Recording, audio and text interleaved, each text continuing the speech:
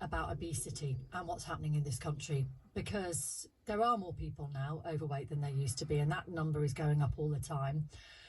And there seems to be increasing consensus amongst scientists and health professionals that you can't really be fat and fit. Now, that is not to say, if you think I'm sitting here in judgment over everyone who's got a different body type, that is not to say everybody has the same shape at all. Of course, everyone is built slightly differently, and that is something we should absolutely celebrate.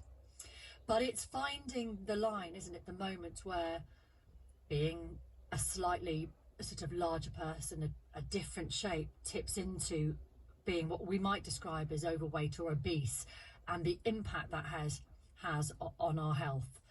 And the discussion today is around whether we should be really much more blunt about this and look at obesity as an illness, not as particularly as a lifestyle choice, whether you're happy with your weight or otherwise, but as an illness that needs more treatment and more support. And if we did it like that, would it be easier for doctors to perhaps intervene and suggest treatments or support programs for people who want to change or address their weight issue? Or do we then just creep into the territory of fat shaming and judging people, all of which is fundamentally unhelpful? We know that, in terms of encouraging us as a nation to get more healthy. Gastric band surgery on the rise in this country. A lot of people have found it life-changing as well, but is that the answer for everyone? We'd love to talk about this morning with you. The Prime Minister himself has talked about his own weight loss. Do you remember this Twitter video he posted back in March? Hi folks, I've been doing a lot, in fact everything I can, to lose weight and to feel fitter and healthier. And what I've been doing is I've been eating less carbs, avoiding chocolate, no more late night cheese, all that kind of thing. I've been getting up early to go for runs, and the result is, I actually have lost some weight, quite a lot by my standards, and I feel much more energetic. I feel full of beans, and I thoroughly recommend it. And I know there are many people who are in the same sort of position as I am and I was, and who want to lose weight. And that's why we're investing now in that whole national objective. So, and that was March this year, by the way. We know that he came through his experience of coronavirus last year and came out and he said, yeah, I acknowledge I was overweight. So a year on, he's making some effort to get himself in better shape. Some basic tips there, whether you buy into all of those or not, you can let me know.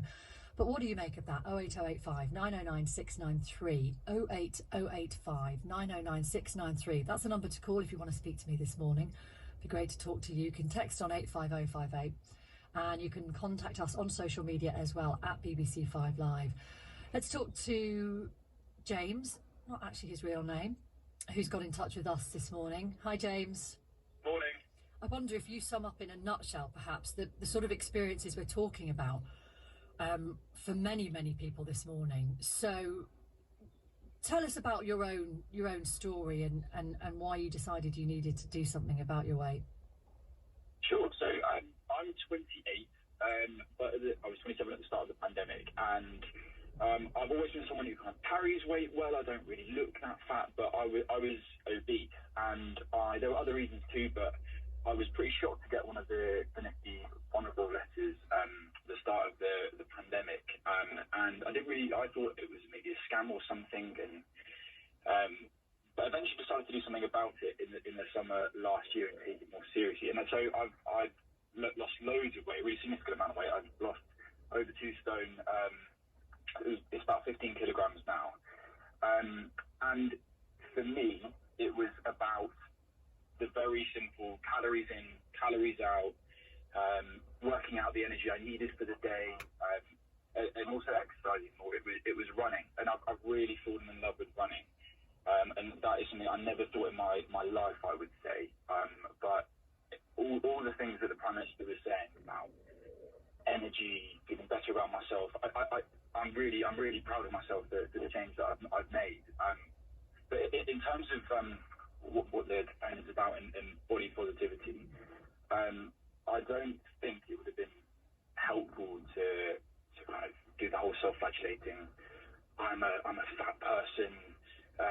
criticised me because for me the weight loss was emotional, right? There's a lot of things that's wrapped up in that you need to confront in a way that you feel. Well, me personally, I needed to feel comfortable doing, yeah. And do you think it was a bit of a wake-up call getting that letter, and the fact that it was, I mean, pretty blunt, saying you are extremely vulnerable to this virus? Yes, I couldn't believe it, and as I said, I thought I was being scammed, and but it is exactly what I needed. I think I've always been someone who's fluctuated quite a lot, so. And I played rugby when I was a teenager, and I was in good shape then, and then I did a bit of boxing as an adult, and put loads of weight back on and got really heavy. And for me, the emotional side of that was you kind of build up a fair amount of self-hatred on some level, because you don't feel like you're in control of anything, and you feel like you have to keep something completely unsustainable going to keep your weight down. And I genuinely feel I've broken that cycle this time, which is brilliant. And if you're listening around the country and you're worrying, you can do that too 100%. Well, we've got someone who is listening, actually. I wonder if you'd be happy to talk to him. Tom in Peterborough. Hi, Tom. Hiya. Yeah, I mean, you've struggled slightly in the other direction, haven't you? Yeah, well done to James for losing that weight, because I know it's extremely hard and difficult to do. I was a reserve forces, so I did a lot of training when I was a lot younger. I'm only 37 now, but I was always playing sports, football, rugby, cricket, and I was pretty fit. I then got into a bad relationship when I discovered comfort eating, which I put on a lot of weight. I think the heaviest I got to was about 21 stone. I'm now 19 stone, but I'm still fat. I'm a bus driver now, and I just don't have the time to be able to go out for a long walk. I've got 2 young children. I've got a 4-year-old and a 6-year-old, a wife, and by the time I get home from doing a 12-hour shift, driving around, I'm absolutely shattered, and I get home, I'll spend time with the kids before they go to bed, then I'll have my dinner, then it's a case of getting ready for work the next day. I'm up again at 5:30 in the morning. I don't have the time to lose weight, and it's such a bugbear because I know I could probably do it. I've done it before, but I just don't have the time. And it grates on me that I'm of this size. My father was the same. My grandfather was. So genetic side I can understand because we're all down that side of the family. We're all pretty big guys. But I just don't know where to turn to now. I mean, I've tried Slimming World. That's great. But you've got to be able to do the exercise as well to add to it. And that's where I struggle, not having the time. Tom, I'm not sure that, for me again, the exercise was not actually key, it was the diet. And I reckon you could drop some pounds if you wanted to. And I know you have to be careful about the subject with eating disorders, but for me, the game changer was calorie tracking. Just working out, okay, for my height, my weight, what do I need every day? And creating 400, 500 calorie deficit. And honestly, you could do no exercise for the next 6 months and lose a stone or so if you just worked out and tracked what you needed to do to get inside you every day. I know that's, as a younger person who doesn't have a family, maybe very easy and naive for me to say, right? But I definitely think it's possible. You don't necessarily need to exercise loads and I don't know, run loads of marathons or whatever it might be. I think, Tom, a really important point you make is the psychology around eating, and that comfort eating was something that came with an unhealthy relationship as well, and how that all plays into it. Yeah, it played a big part. Whenever I had change in my pocket, it wouldn't be a case of I'll save that. It would be a case of where's the nearest shop where I can go and get a cake or a chocolate bar or something just to make me feel good, and then of course after you've eaten it, you feel rubbish. And also the fresh food is so expensive. Getting fresh food in every day, and on with a family, it's so difficult because it's easier and cheaper to go and get your frozen food that's full of God knows what, chuck it in the oven, and there you go, you've got dinner sorted. There was another report out this week talking about ultra-processed food, and I mean, that is possibly another one of those factors, because we have such high rates of consumption of processed food in this country that it effectively completely sort of messes up your whole, internal system, this food. So, yeah. And it drives weight gain as well as having other detrimental impacts on your body. Let me bring in Angela if I can, because she, pretty much an expert in this area, obesity campaigner. Hi, Angela. Good morning. And you've had bariatric surgery yourself, but just tell us what you've made of what both James and Tom have been talking about. Well, first off, congratulations to both of the other speakers for actually having their voices heard, because it's not something that is the normal procedure. People these days are frightened to have their voice heard for fear of being stigmatised and bullied. So well done to the two guys. What I would say is, listening to the two of them, it highlights the complexities of obesity. It's not just about one thing. It's not just about eat less, move more. It's about our environment. It's about our genetics. It's about our financial status. It's about our, where we live, how we're educated. Can we cook? Do we know the difference between different nutritions in food? Obesity is complex. And then if you add into the mix the comorbidities that come along with obesity, for example, if James is running, and that's fantastic. However, what happens if in 2 years' time he has an injury and then needs a knee replacement, and so he can't actually do something that he loves, and that is keeping his weight controlled? Well, so it's not a reason not to run, though, is it? Or to support it? Absolutely not. No, absolutely not. Come in, James. Yeah. Just on that, I think the reason why I feel so happy and proud of myself on some level is I actually feel like if I had a really serious injury, I wouldn't put it all back on or whatever the cliche is. I feel in control of my diet and my life right now because of confronting the emotional side as well as exercising more and all that kind of stuff. That's actually not the important thing for me. It was confronting my emotions and sorting out the diet, because I know that I'll get busier. I know that I'll have periods where I can't run. I know I'll have periods where I might want to enjoy myself on holiday a bit more. But I think I'm in control now. Yeah. So it was head first. That is absolutely brilliant. However, we know through obesity research and scientific evidence that there's more going on in a person's body, and that we can lose weight. People living with obesity it's assumed that we're against the, eat less, move more, but it's not that case at all. To eat less and move more is going to be more health benefits for everybody, no matter what your size. It's going to put you in a healthier position.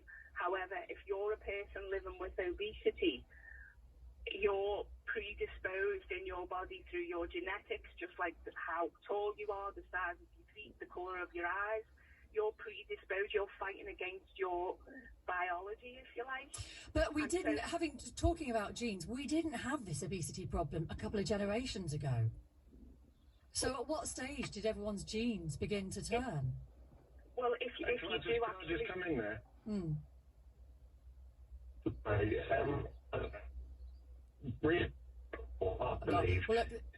Sorry, the line's a bit dodgy. While we sort that out, Angela, you come in, and then I want to bring in Lindsay. Go on, Angela. If you actually look back through the history of obesity, the obesity issue has been here for many, many, many years. It's what has changed is our society, is our environment. We never used to hear about different news articles unless it was on the news at 10. Now you can do something and within 10 seconds it's on social media and around the world. the world has become a smaller place. We're communicating more. If you look back, through the history, obesity has always been an issue.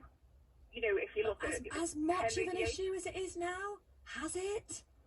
No, it hasn't. But we've evolved into the environment that we actually live in. Well, it's not just about how much we eat. It's about what we eat, isn't it? For me, it's about how our body reacts to what we eat and how much activity we are and what comorbidities we have and what medications we have and how we're seen in society through stigma and bias. One of your callers just said about, if you actually, the report yesterday for BBC News with Sarah LeBrock, if you go on social media, the report, the stigma and bias that is shown on them comments is horrific. People are actually commenting on Sarah's 2-year-old daughter and what her future's going to be in a really derogative way. And so if you're a person living with obesity, you're facing that every single day. We see the people in the street making the roll in their eyes and nudging and making the funny gestures. People point and stare, and people living with obesity see that. Personally, I had a personal People point and stare. Have you had people point and stare at you in the street? Absolutely. I've had people spit at me. I've had people in a gym. I was in a gym with my personal trainer, and a man on the exercise bike next to me said, "Surely it's not healthy for you to be sweating that much." Oh. Now, as a person, how do you respond to that, Angela? How do you respond to that? I went into the fitting room and cried my eyes out because I'm trying my best. I'm doing what society is judging me for because they're saying, no, you're lazy and a glutton. I'm in a gym trying to better my health, and I'm getting comments and like that. And it was my personal trainer that came in and gave me the support and gave me the guidance and said, look, that's not acceptable. I'm going to speak to him.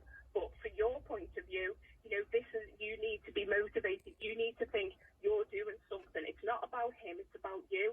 But every single time I went into that gym, I was so conscious about sweating because somebody else was going to say something.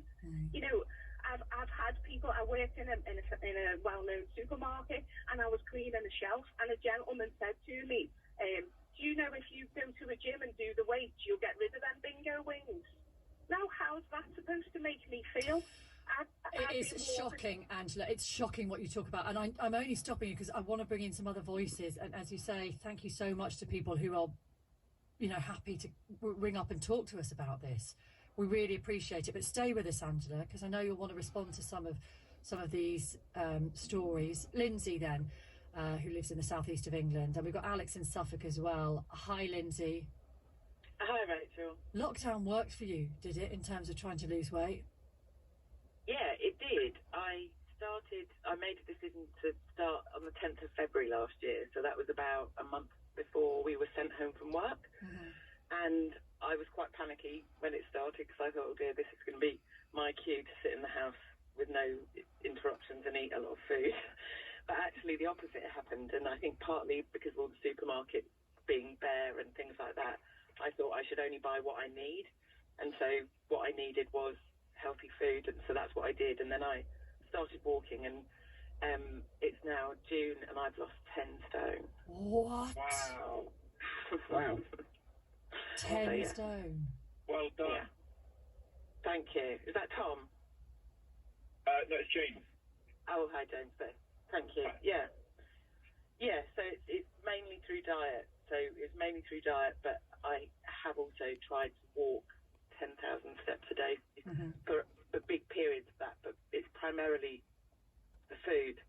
So you went into this knowing, and you were anxious that lockdown would create a worse environment for you. So you were aware that this was kind of bearing down on you, the issue with your weight. So what created that switch in your head that gave you the confidence to deal with it and do something positive about it? So the initial drive to do it was driven by a lot of things, but one of them was that having been single for 20 years, I wanted to find somebody, but I realised not that you have to be thin, but I wanted to be more confident about that. And my weight was something that I wasn't confident about. So probably the lowest point when I started back in February. And then I think the sort of privacy and secrecy almost around our lives during lockdown helped me personally to do it, because it wasn't constantly people saying, oh, you've lost weight, or are you losing weight? I was sort of doing it in private. So for me, that worked, but I absolutely understand lots of people that wouldn't, and I live on my own, so I had autonomy over what I was eating. I don't have responsibilities that I have to cater for, so I recognise that I'm very fortunate, and I found a way that worked for me. But the thing is, I think it's so personal, and it's really hard to extrapolate lessons from other people, because you can hear these stories and think it's amazing, and I've done the same. I sat and listened to people talking about it, and I just can't imagine myself into it. And I don't want to ask what weight you are. I don't want to get into that, but are you close now to your goal weight? Yeah, I want to lose more. And partly that's down to what I can now do, and I don't really hate myself for this, because it's fantastic, but I have become one of those people that's like, oh, I can do all sorts of things. My nephew's coming to stay with me in the summer, and I'm excited that we can play tennis, we can go for a really challenging walk. And you couldn't have done these things before? No, I wouldn't have done. Wait, Rachel, can I ask a quick question here? Yeah. It's Jacob. I forgot the lady's name, but I just want to ask, how are you dealing... Lindsay, hi Lindsay. How are you dealing with people's reactions to how you physically changed? Do you find that strange?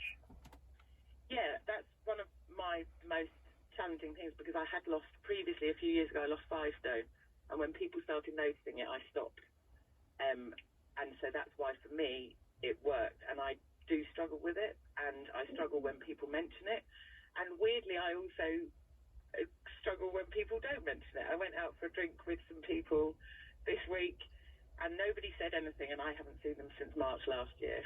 They must have been thinking you look different, Lindsay. I know. But are they just being polite, or...? Yeah, I think it all comes from a good place. When people say congratulations, it comes from a good place, but it is emotionally complicated to hear, because I have always wanted to think my value doesn't lie in my weight.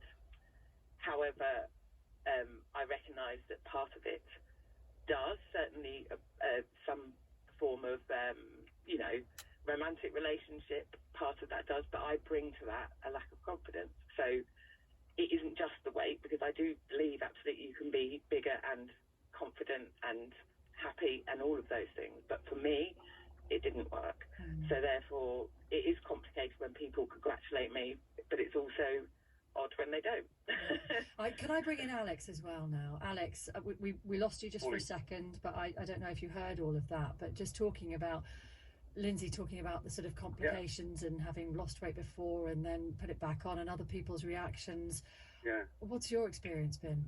Yeah, well, phenomenal story from Lindsay, and I think it's an amazing, inspirational story, really. And it's interesting what she said about people not always being able to put themselves in your shoes or necessarily imagining other people's situations, because we all have, it's all a very personal journey, I think, with weight loss. I myself have struggled since for a long while, but it kicked in for me about 2013 when my daughter was born. She's now 7, and I was certainly overweight, and went to the doctor, and, basically the doctor told me I should lose some weight for all these different reasons, and obviously that's an incredible motivator for me personally. So I went and found I didn't know what to do. I've struggled with diets before, and I actually found a diet that worked for me. And it was, the great thing is, and I think which is one of the sort of misconceptions I suppose coming on to talk about today, which is what Lindsay was just saying, is about weight loss doesn't have to be about exercise. I think actually weight loss is a sort of 80-20 in favour of what you eat, and it's just heavily geared towards eating the right things and eating the calories that you need for your body.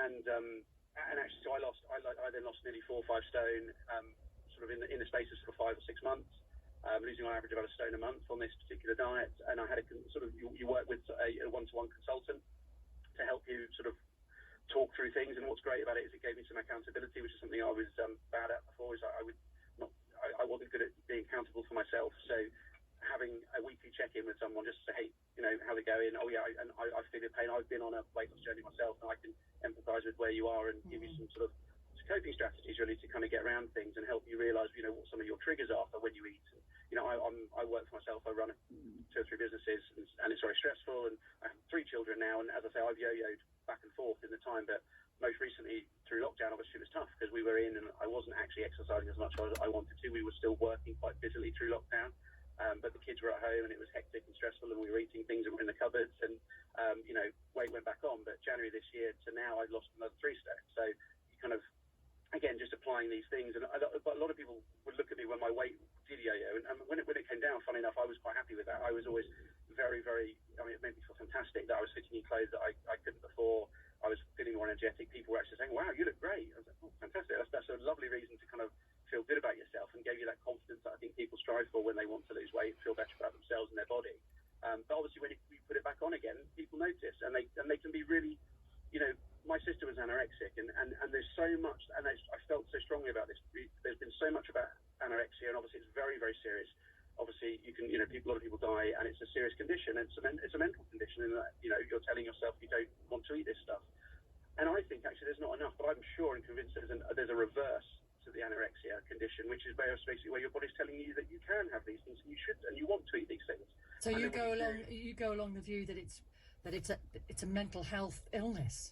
I think in certain extent it could be, yeah, because I've caught myself walking down the supermarket shopping, and I'm going, oh, I shouldn't have this, I shouldn't. But then it literally feels like someone's telling me, go on, but you want it. It will be so great when you have it, and sure enough you eat it, and then afterwards you go, oh, I shouldn't have done that. Why did I do that? And the point is, it's almost like, so my sister would, when she was anorexic, she would be having food and hiding it.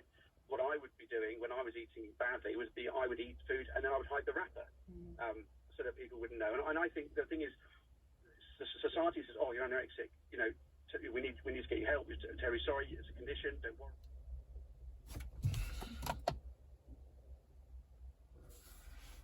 Fat, and you're fat, it's fatty, you need to lose weight. Well, that comes to the nub of it, and that's what's being spoken about today, the fact that there isn't enough help and support and treatments, and that we don't kind of look at it as the same serious condition, if you like, as other health conditions. Angela, can I bring in Angela here? I just want to see what she makes of everything that you've been saying, and just in terms of where we are. Okay, obesity as an issue globally, the World Health Organization says worldwide obesity has nearly tripled since 1975.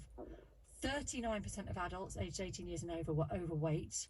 13% were obese, but of course that's going to vary greatly from country to country. Most of the world's population live in countries where being overweight and being obese kill more people than being underweight. Yeah. Angela, go on. Yeah, that's it's shocking, the figures that come out. But what it shows is that it's a global issue. It's not just about one country or one society of people. It's something that is across the world, no matter where you're from. Obesity is a problem. Although it is more heavily weighted towards developed countries with access to processed food. It's not so much a problem in developing countries. It just isn't. I'm not sure about that. I wouldn't like to comment on it, but from my personal experience of different organisations that I've spoken to around the world, I think it's more a global issue, no matter what the status of the country. I think there's issues. Obesity is rising throughout every country. There's 690 million people who are classified as living with obesity. So are all those 690 million people, are they all lazy and a glutton? I don't think so. But what I would like to say is, from listening to all the speakers, it just highlights the variety of different individuals, of different struggles, different journeys. And I think moving forward, that's the big thing that needs to change. We need to look at every single person as individual and find out what works for them. What works for somebody might not work for the next person, but that doesn't mean that that person is doing it wrong or has no willpower. It's about what works for the individual, because obesity is complex and needs a complex treatment. Okay. Rachel. Yeah, final thought. Yeah, go on. I think it's worth saying that we're the first humans probably to have this problem of having too much food, and it's something that we're working out for the first time, I guess, as a society, and we're having to challenge kind of deeply ingrained emotional things inside ourselves.